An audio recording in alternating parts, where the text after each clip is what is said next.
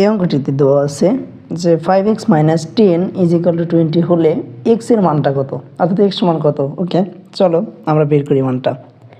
তো এইখানে 5x - 10 = 20 বা 5xকে এই পাশে রাখো আর এই 10টাকে ওই পাশে সরাই দাও। 10টা তো শুধু 10 না, -10 আছে।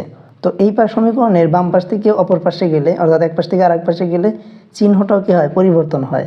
তাহলে 20 + 10, বুঝতে পারছো? এই পাশে ছিল মাইনাস, ওই পাশে প্লাস। বা 5x = কত হলো, 30, তাই না? বা এবার এই x এর সহগ কত, 5, তাহলে সহগটাকেও কি করে দাও, সরাইয়া দাও। তাহলে x সমান কি হবে বলো, এপাশে আছে 30, এপাশে এটা গুণ অবস্থায় ছিল, একটু আগে বললাম যে বিপরীতটা হবে, এপাশে গুণ, তাহলে এপাশে এসে কি হবে, ভাগ হবে। বুঝতে পারছো? তাহলে সুতরাং x সমান কত হবে, 6। ভিডিওটি ভালো লাগে থাকলে অবশ্যই লাইক এবং সাবস্ক্রাইব করতে ভুলবে না।